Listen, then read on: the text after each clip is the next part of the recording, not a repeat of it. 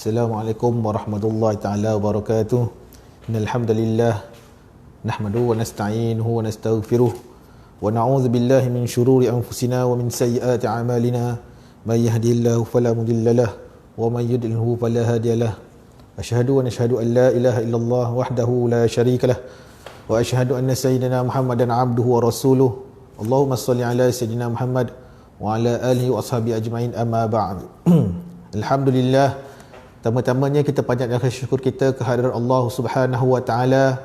Dengan limpah dan kurnia dan kasih sayang Allah Subhanahu wa taala masih lagi dikekalkan pada kita dengan nikmat iman dan Islam, dan kita bersyukur kehadirat Allah Subhanahu wa taala juga kerana masihlah hidupkan kita lagi kan.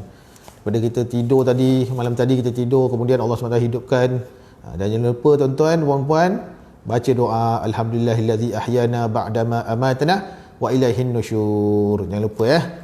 Baik, hari ini macam biasa kita santai-santai dalam bicara saya, bisik-bisik peringatan. Maaflah tuan-tuan puan-puan yang dengar, yang sudi mendengar kan, sebab apa? Sebab sibuk sikit menguruskan jemaah untuk menunaikan solat Jumaat. Alhamdulillah, seronok bila kita dapat menggembirakan orang. Alhamdulillah, dan orang pun doa kita, ya, kita biasalah kan, agak apa tu, itu perkara biasalah kalau macam-macam hal kan. Kita sabarlah dengan tu, kita sabar banyaklah kan, nak uruskan bukan senang.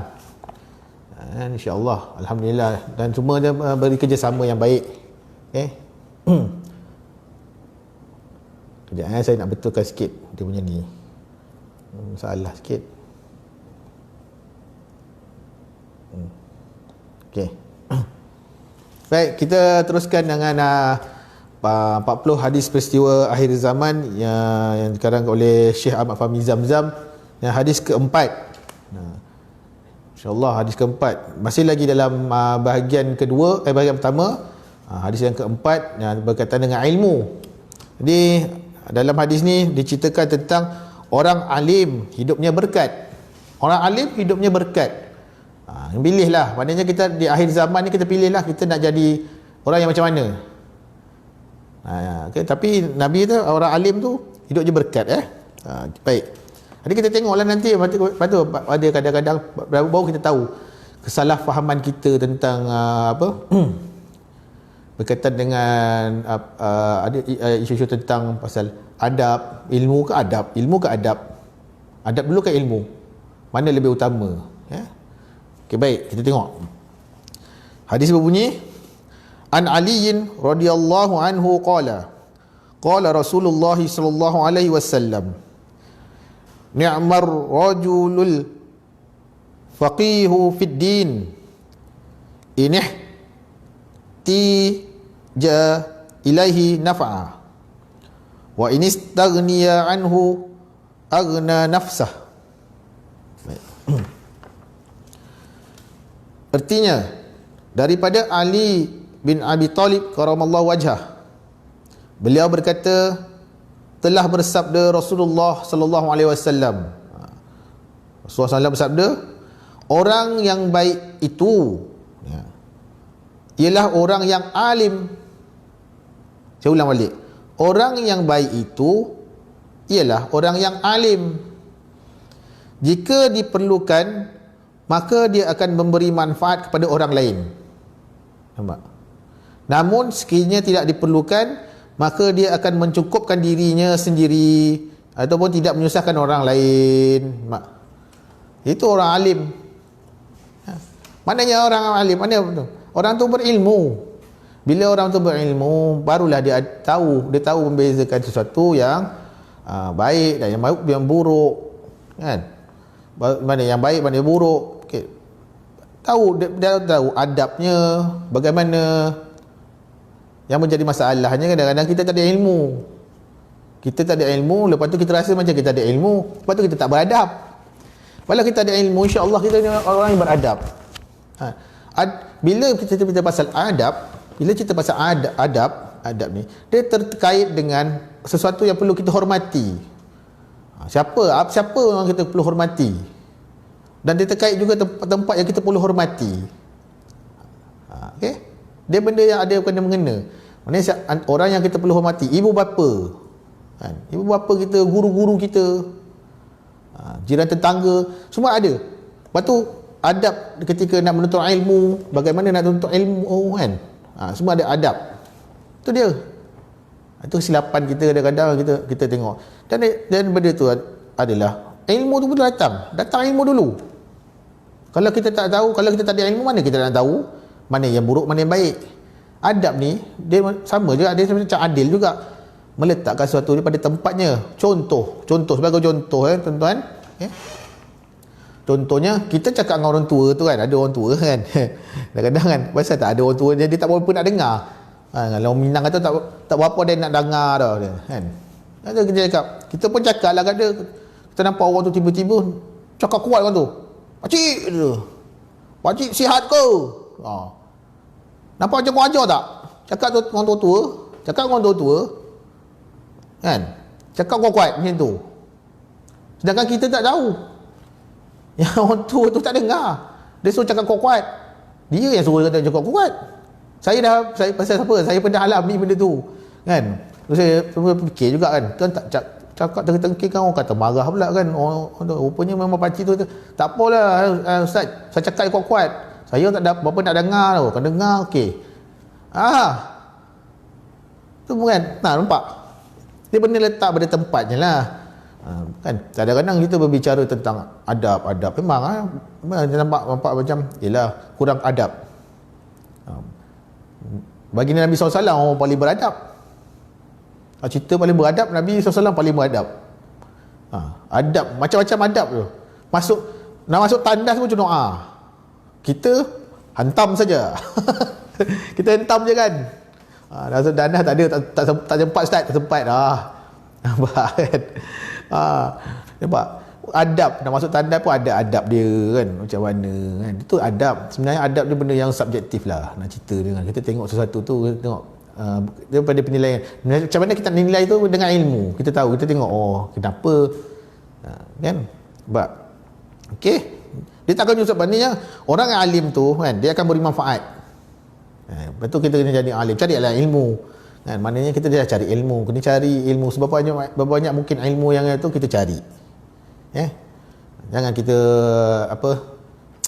malas kan. Ada kuliah ke, cari ilmu, duduk dengar. Kita duduk dengar, walaupun seketika pun tak apa, dapat sikit jadilah. Tak apa banyak pun tak apa, dapat sikit-sikit je pun tuan-tuan dan puan. Kita nak amalkan tu, dan kita amalkan sikit tu, kita amal. Dapat banyak-banyak pun tak amal pun tak boleh juga. Baik. Sungguh berkat orang yang alim itu, kerana dia sentiasa memberikan kebaikan kepada orang lain. InsyaAllah kalau kita ada ilmu, kita akan beri kebaikan pada orang. Okay. Dan dia tidak akan membebankan orang lain.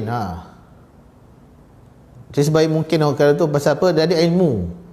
Ada ilmu, jadi dia carilah jalan. Dia akan sendiri boleh cari jalan. Jadi mudah aja. Kadang-kadang kita dalam bab bekerja kan. Dalam bab bekerja ni, minta maaf tu perlu sikit lah saya hari ni. Dalam buat bekerja macam tu, ada orang kan yang dia bos bagi dia arahan je sekali je dia tahu, dan dia boleh buat sendiri. Ada orang dia tak boleh, dia nak kena sikit-sikit jumpa bos ni macam mana, ni macam mana. Itu masalah ada kadang. Lepas tu tak nak belajar. Kita mungkin belajarlah, tambah baik kan. Okey, insya-Allah. Betul jangan silap tu biasa. Tapi hari-hari buat silap itu luar biasa. Silap tu biasa. Tapi kalau hari-hari buat silap, betul silap tu yang sama pula tu, tu dah luar biasa lah namanya. Kan, fikir-fikirlah tuan-tuan kan. Fikir macam mana. Kan? Dia orang yang alim tu, dia dapat membawa manusia ke jalan yang benar, dan dia tidak akan membebankan orang lain. Sebaliknya orang yang jahil itu sentiasa membuat kerosakan di atas muka bumi ini. Nampak beza orang alim dan orang jahil. Memang orang jahil memang tak ada adab lah. Orang jahil dia kadang-kadang biadab juga. Biadab kan. Jahil lah tu kan. Orang dah elok-elok, contoh-contoh lah. Contoh kan baru-baru ni isu apa? Kan, lukisan mural kan. Mural tu. Tu yang pembuatan orang jahil lah tu kan. Dia dah cantik-cantik, dia bukan senang nak buat tu. Kami susah nak buat lukisan macam tu kan. Lepas tu boleh pula diconteng tulis bukan-bukan. Itu orang jahil lah namanya tu. Kalau orang yang alim tu kan, dia tak jahil tu, dia cantikkan lagi. Mungkin kan dalam lukisan tu dia cantik. Lepas tu dia tambah, dia cat elok-elok yang tapi tu background dia ke ada ke cantik. Tambah sikit-sikit. Kan cantik. Dia lebih baik. Daripada kita tulis lepas tu tiba-tiba merosakkan usaha orang lain. Kita merosakkan usaha orang lain tu yang kita jahil tu. Ya, kadang-kadang tak sedar, nampak macam pandai. Punya jahil. Masalah.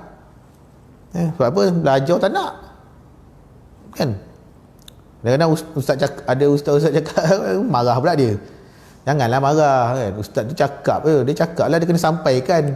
Sebab Allah kan, tak nilai pun berapa ramai anak murid ustaz tu, berapa ramai anak murid tuan guru tu, dia tak nilai pun. Tapi dia nilaikan apa je kamu buat. Besok dia tanya malah esok, apa kamu buat dengan umur kamu, usia yang Allah bagi tu, apa kamu buat, masa yang Allah bagi tu, apa yang kita buat, harta yang Allah bagi tu, apa yang kita buat. Macam ada harapan tuan-tuan. Fikir-fikirlah. Kadang-kadang dia mahu menolong orang lain. Ini kadang orang jahil, kadang-kadang dia tolong orang lain tapi hasilnya merosakkan diri sendiri. Kadang-kadang orang jahil ni betul. Zaman ni ramai orang bercerita tentang kebaikan lah, banyak. Tapi kadang-kadang tak kena cara, tak betul. Kan pemahaman, even ada yang belajar agama kan, tapi pemahaman tu tidak betul. Mungkin dia ambil daripada Google ke, daripada internet ke, ambil. Tapi dia tak faham pun apa maksud tu. Kan, dia tak faham. Dia kena faham. Macam mana kita nak faham? Nak faham, kita kena belajar ilmu banyak. Paling penting kita belajar ilmu agama lah. Ni ada akhir zaman ni, kita belajar ilmu agama je lah. Kan, ilmu dunia ni tuan-tuan boleh je belajar sendiri kadang-kadang. YouTube ada, belajar ilmu dunia YouTube kan, nak buat tu buat ni macam mana kan. Even saya pun kadang-kadang ada masalah tentang nak guna komputer pun saya Google je kat YouTube tengok. Tapi ilmu agama tak boleh, kena daripada ahlinya lah. Kalau kita nak tahu nak belajar tentang fiqh, jumpa ustaz-ustaz yang dengar ustaz-ustaz yang ajar fiqh. Tentang sirah, dengarlah ustaz-ustaz yang sirah. Apa lagi? Tentang tasawuf, dengarlah ustaz-ustaz yang ajar tasawuf. Tentang akidah, ini paling penting lah, akidah kan? Dengar ustaz-ustaz yang akidah. Sebab tu ada kadang-kadang kita buat tak kisah saja. Zaman COVID-19 ni lagilah ramai buat tak kisah kan. Kadang-kadang saya search, yang buat tu pula Allah, orang Islam pula tu kan. Dah suruh kuarantin, faham tak kuarantin tu? Kata jahil marah. Faham tak kuarantin tu apa? Macam tu. Udahnya tengok positif. Sudah. Cek sekali lagi positif kan. Saya baru dapat tahu Allah. Tapi tak apalah. Kita maafkanlah makcik tu. Mungkin makcik tu tak tahu. Patutnya bagi tahulah kan, anak-anak kena explain betul-betul kan. Penting, jangan kita susahkan orang lain. Esok jenuh ni jawab dengan Allah esok. Dahlah kita dosa banyak tuan-tuan, perempuan. Letih nanti. Kat akhirat berapa lama nak duduk dengan akhirat tu lama. Dah berapa ramai orang yang dah kehilangan pekerjaan apa semua. Tolonglah bantu. Mudah-mudahan ekonomi kita pulih. Jangan terlalu bersenang lenang. Nampak macam dah bagus. Alhamdulillah lah, pada saya masih terkawal. Masih terkawal ni alhamdulillah. Terima kasih kepada Kementerian Kesihatan Malaysia, Bertukar Selumuh dan juga agensi-agensi lain yang terlibat. APM apa tu lagi, Jabatan Kebajikan Masyarakat. Tunggu lumus. Tengok mereka bertugas, kita tak nampak. yang tahu-tahulah, mereka bertugas, ya Allah, hai, siang malam bertugas kan. Sahabat-sahabat saya kat sini tuan-tuan kan, berangkut macam-macam, rangkut beras, nak hantar pada tu yang terjejas.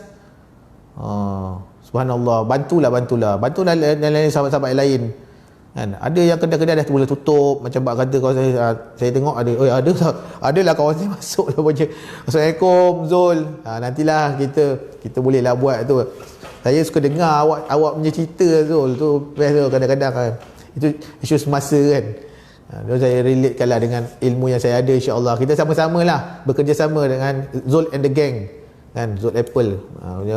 Seorang yang very humble lah, kawan saya, sahabat saya yang berjaya kan dalam event management kan. Dulu saya pun daripada event management juga sebenarnya kan, tapi saya alih kan, bidang saya pun sebenarnya agama lah, membesar tapi dulu belajar daripada event management tu lah, kita belajar sesuatu banyak benda yang kita boleh belajar masa saya kerja kat event management tu. Memang banyak lah, terutamanya pada mental, kekuatan mental kena ada kan. Tu dah Azul kan. Aduh ya, tapi alhamdulillah. Okey, asbab tu jugalah Allah bagi kita. Kita sabar masa dulu, sabar, kena marah, buat tu tak kena ubah. Baru pasang dah ubah. Kalau orang tak boleh tahan tu, ya Allah kan. Dah ke situ pula bagi ceritanya kan. Tapi nak ceritanya tuan-tuan dan puan, jangan kita zalim pada orang. Jangan kita tengok kesusahan orang juga kan. Kadang-kadang pasal kita terlalu fikirkan diri kita je kan. Kita tak kisah. Jangan ambil tak kisah, kena ambil kisah. Benda-benda perkara-perkara yang melibatkan orang ramai, masyarakat, semua kena ambil kisah. Esok Allah tanya kita. Jangan Allah esok kita yang penyebab. Kita tanya pasal kita zalim. Perbuatan kita itu telah menyusahkan orang lain, jadi masalah. Kita doakanlah mudah-mudahan sahabat-sahabat kita yang yang mungkin terjejas dengan pendapatannya kan, Allah bagi rezeki yang lain. Sabarlah, istighfar banyak-banyak. Yang penting istighfar banyak-banyak. Kita kena istighfar.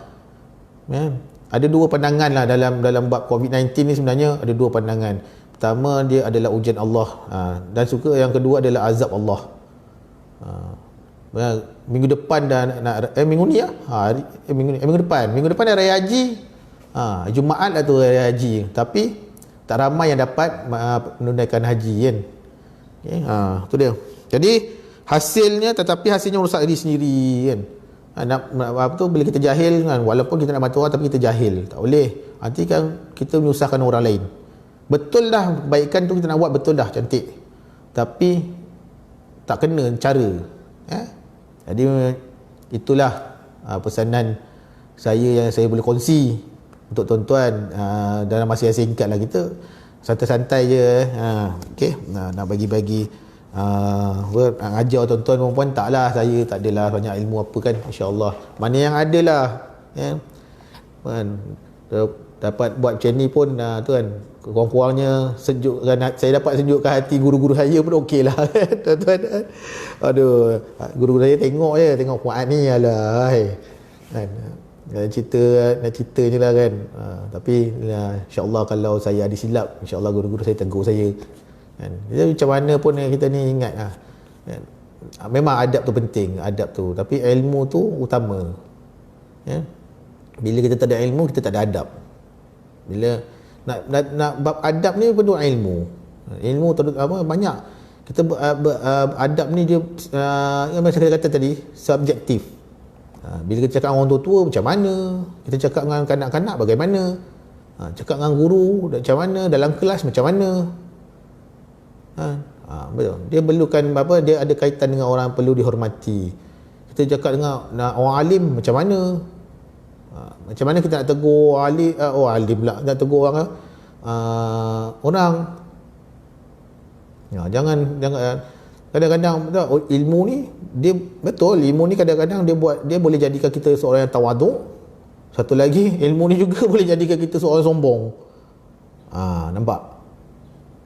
Jadi kita lah minta Allah SWT doa pada Allah SWT supaya Allah SWT jadikan kita orang yang tawaduk. Mudah-mudahan kehidupan Allah bagi kita kat dunia ini kita gunakan sebaik mungkin untuk beri manfaat pada orang lain. Jangan kita nyusahkan orang. InsyaAllah mudah-mudahan Allah SWT angkat COVID-19 ni, khususnya bumi Malaysia ni lah. Banyak benda terjejas. Saya boleh doa lah tuan-tuan. Nak bantu mana yang mampu saya bantulah insya-Allah. Jadi saya fikir cukuplah sekadar itu perkongsian saya untuk hari ini, hadis yang keempat ini, iaitu tajuk dia orang alim hidupnya berkat. Saya ulang balik hadisnya. An Aliyin radhiyallahu anhu qala Rasulullah sallallahu alaihi wasallam ni'mar rajulul faqihu fid din tija ilaihi dafa wa inistaghniya anhu aghna nafsah. Maksudnya daripada Ali ibn Abi Talib radhiyallahu wajhah, beliau berkata, telah bersabda Rasulullah sallallahu alaihi wasallam, orang yang paling baik itu ialah orang yang alim. Jika dia diperlukan, maka dia akan memberi manfaat kepada orang lain. Namun sekiranya dia tidak diperlukan, maka dia akan mencukupkan dirinya, maka dia akan mencukupkan dirinya sendiri. Ini tidaklah menyusahkan orang lain. Jadi cukuplah sekadar itu perkongsian saya. Mudah-mudahan ada manfaatnya. Aqulu qawli hadza wa astaghfirullahal azim li wa lakum. Assalamualaikum warahmatullahi wabarakatuh. Wallahu taala alam.